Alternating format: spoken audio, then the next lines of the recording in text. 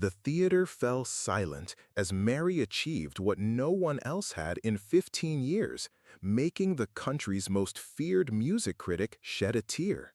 But to get there, she first had to rediscover the voice she'd once vowed never to use again. The morning began like all the others for the past 8 years. Mary Jones adjusted her navy blue cleaning uniform, pulled her graying hair into a tight bun, and looked at her reflection in the steamy locker room mirror. At 42, her eyes still held a sparkle that strangely contrasted with the resignation she cultivated as a second skin. It wasn't bitterness, it was something subtler, a kind of silent truce with life. The Grand Theater of New York slowly awoke around her. Mary knew every corner of that majestic building, every echo that reverberated through the hallways, every nuance of the acoustics that made this place a temple of music. She cleaned the dressing rooms, waxed the stage, vacuumed the red velvet seats, and, when no one was looking, allowed herself a moment of contemplation before the architecture that had once been the setting for her most ambitious dreams. That Tuesday morning, however, something was different.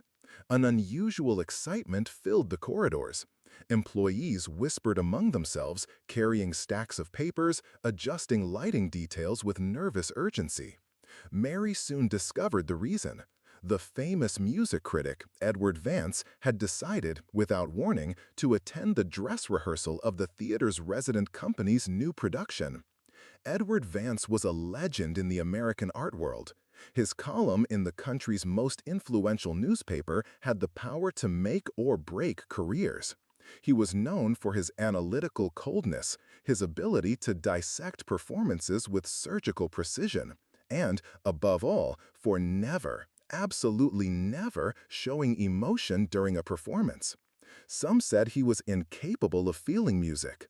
Others whispered that he had lost the ability to be moved after decades of observing mediocre art. You sang as if your life depended on it, as if every note were a matter of life or death. That's rare. Edward hesitated, as if he were deciding how much to reveal. I was a musician too, a pianist. I dreamed of being a concert pianist. But I didn't have enough talent, or maybe I didn't have enough courage, so I became a critic. It's easier to judge than to be judged. Mary looked at him with new understanding. But today, listening to you, I remembered why I fell in love with music. You reminded me that music isn't about perfect technique or a brilliant career. It's about touching people, about saying what can't be said with words. Thank you, Mary said, realizing it was the first time in years she'd received a compliment she truly believed. Can I ask you something? Edward asked. Why did you stop singing? Mary told her story, the betrayal, the shame, the years of silence. Edward listened without interrupting, and when she finished, he shook his head. You know what's saddest about this story? He said. It's not that you were deceived. It's that you let the deception steal 20 years of your life. What do you mean? Even if your father gave money to that manager, even if he lied about how you got your opportunities, none of that changes the fact that you have extraordinary talent. You let the how you discovered your talent invalidate the talent itself. Mary felt something reorganize in her mind. Edward was right. She had spent 2 decades punishing herself for being a victim of betrayal. Besides, he continued, do you think your father did something wrong? He saw his daughter's talent and did what he could to help her. Maybe he was naive, but he was driven by love and faith in you. Mary felt tears welling up. It was the first time anyone had put her father's actions in a positive light. I'm going to write about you, Edward said, standing up. Not just about tonight's performance, but about what you represent. About second chances, about talent finding its way, about music that comes from the soul. Thank you, Mary said. But you know what's most important? What? Today, I didn't sing to impress anyone. I sang because I needed to sing, because I had something to say, and that made all the difference. Edward smiled, the first genuine smile Mary had seen from him. That's real music, he said. and real music always finds its audience. After Edward left, Mary was alone in her dressing room. She pulled her phone from her purse and, for the first time in 20 years, dialed her parents' number. She didn't even know if they still lived in the same city, if they had the same phone number. Hello? Her mother's voice was exactly as she remembered. "Mom," Mary said, and suddenly she was crying. "Mom, it's me, Mary." The silence on the other end of the line lasted an eternity. Then her mother started crying too. "My daughter," she whispered. "My daughter, where have you been?" "I was here, Mom. I was always here. I was just afraid to come home." "You don't have to be afraid anymore," her mother said. "You're our daughter. You always will be." Mary told her about the performance, about Edward Vance, about how she had rediscovered her voice. Her mother listened with the kind of attention only mothers know how to give. "Your father will be so proud," she said. "He always said you'd come back to singing. He always believed." "Mom," Mary said, "about the money Dad gave to Robert?" "What money, honey?" Mary explained what she had overheard that terrible night 20 years before. Her mother was silent for a moment. "Mary," she said finally, "your father never gave money to anyone. We didn't have any money to give. He worked 2 jobs to pay for your singing lessons, but he never gave money to any manager." Mary felt the world stop. "How?" "Honey, you got where you are on your own merit. Your father always said you had a special gift. He didn't need to buy anything. You already had everything inside you." Mary started crying again, but now they were tears of liberation. 20 years of shame, of doubt, of silence, all based on a lie she had accepted as truth. So Robert made up that story? He must have made it up to hurt you, to make you give up. I don't know why anyone would do such a thing, but he lied, honey. He lied about everything. When she hung up the phone, Mary looked at herself in the dressing room mirror.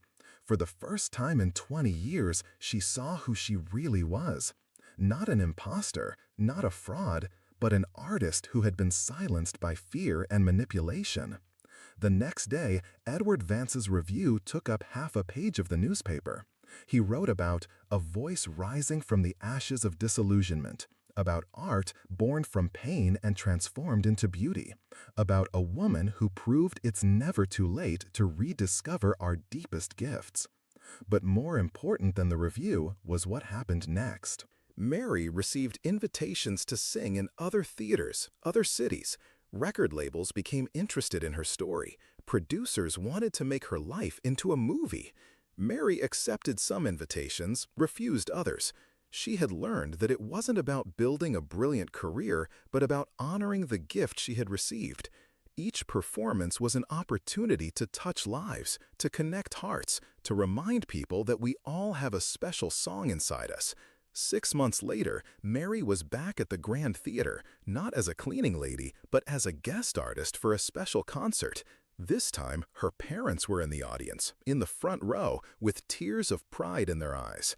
Before she began to sing, Mary addressed the audience. 20 years ago, she said, I stepped onto this stage for the first time and thought I knew what it meant to have talent. Then I spent 20 years believing I had no talent at all. Today, I know that talent isn't something you have or don't have. It's something you honor or don't honor. It's something you cultivate or let die. It's something you share or hide. She looked over at Edward Vance, who was again in the 5th row, this time with a smile on his face. We all have a special song inside us, Mary continued. Sometimes we spend our whole lives without singing it, afraid it's not good enough, afraid people won't like it, afraid we don't deserve to be heard. But the truth is, the world needs our song. It needs our unique voice, our unique perspective, our unique contribution. Mary took a deep breath and felt the energy of the audience, the anticipation, the love. This song is for everyone who hasn't yet found the courage to sing their own song, she said. It's for everyone who thinks it's too late, that they've missed their chance, that they're not good enough. It's to remember that as long as there's life, there's music, and as long as there's music, there's hope. She began to sing Black Orpheus by Luis Bonfa and Antonio Carlos Jobim, but her interpretation was unique, personal, laden with the journey she had traveled. Her voice was now different from the voice she had at 22. It was richer, deeper, more human.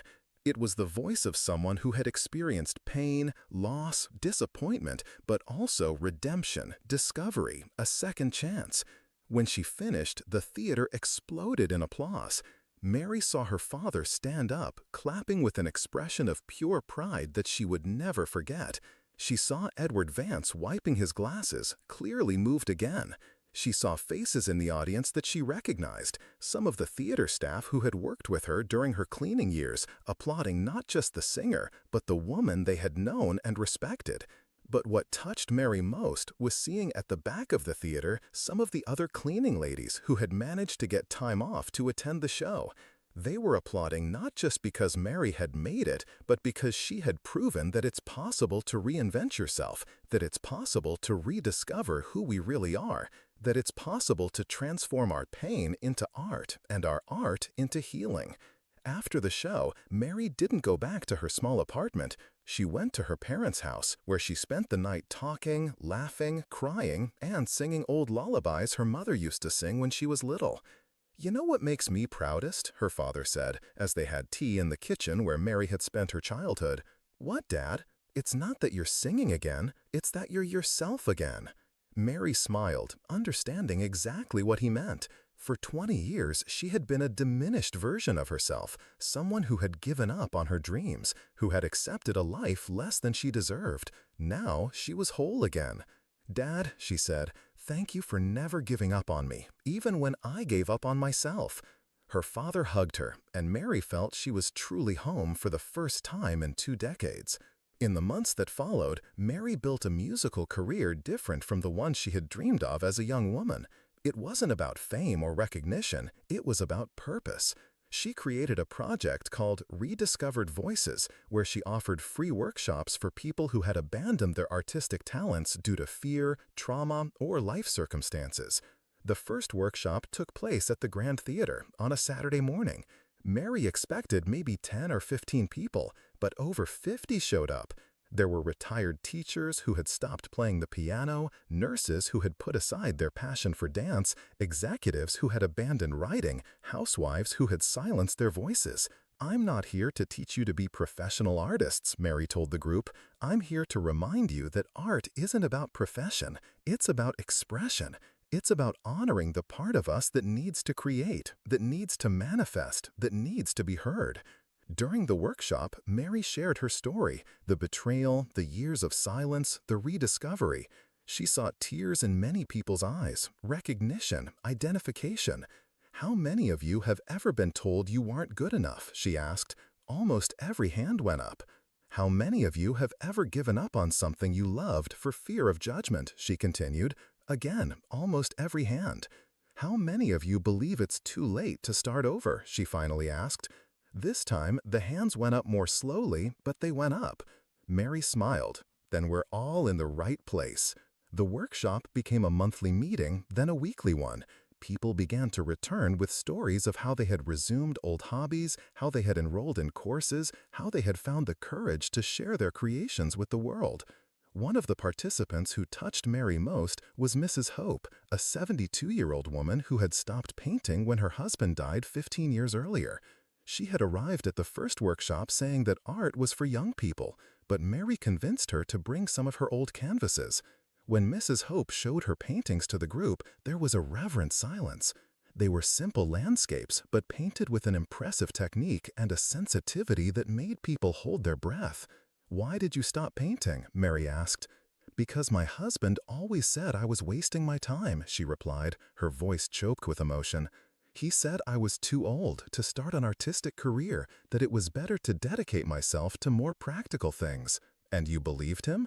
"I did. And when he died, I felt it was too late to start over, that I had missed my chance." Mary approached the canvases and touched one gently. "Mrs. Hope," she said, "talent doesn't have an expiration date. Beauty doesn't have an age. Art doesn't have a right time to happen."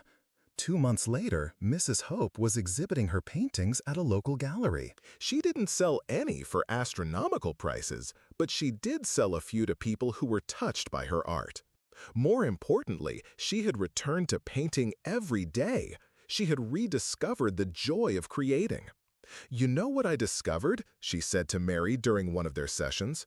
"I didn't stop painting because my husband died.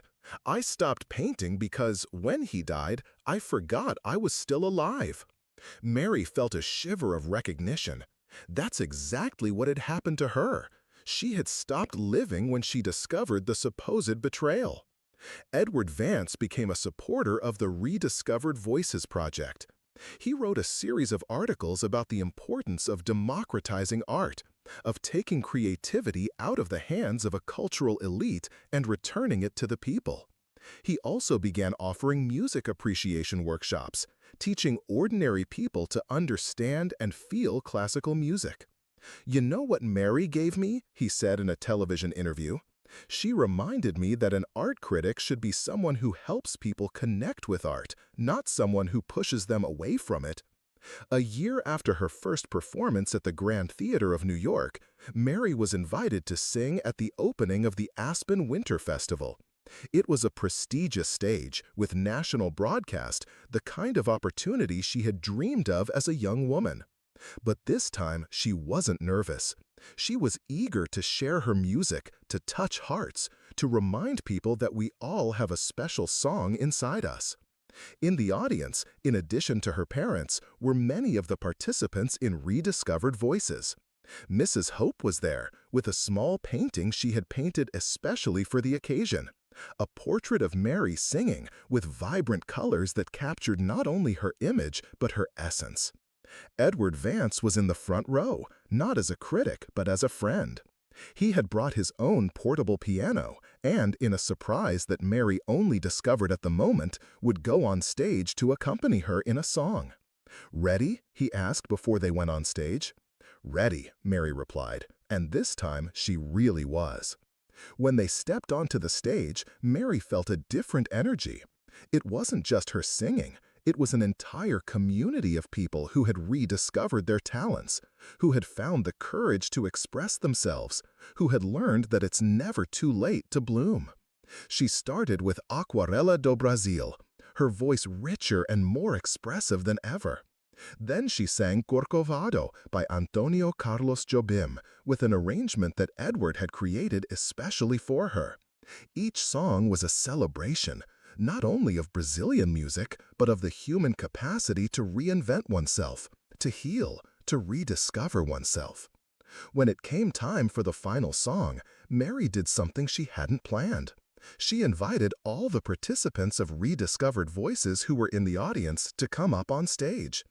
"This last song," she told the audience, "is for everyone who believes that it's possible to start over, that it's possible to rediscover who we really are, that it's possible to transform our pain into art and our art into healing." Mrs. Hope came on stage, along with the math teacher who had returned to playing the guitar, the nurse who had resumed dancing, the executive who had published his first book of poems. They weren't professional artists. They were ordinary people who had found the courage to honor their gifts. Mary began to sing Black Orpheus, and one by one, voices joined hers. It wasn't a rehearsed choir.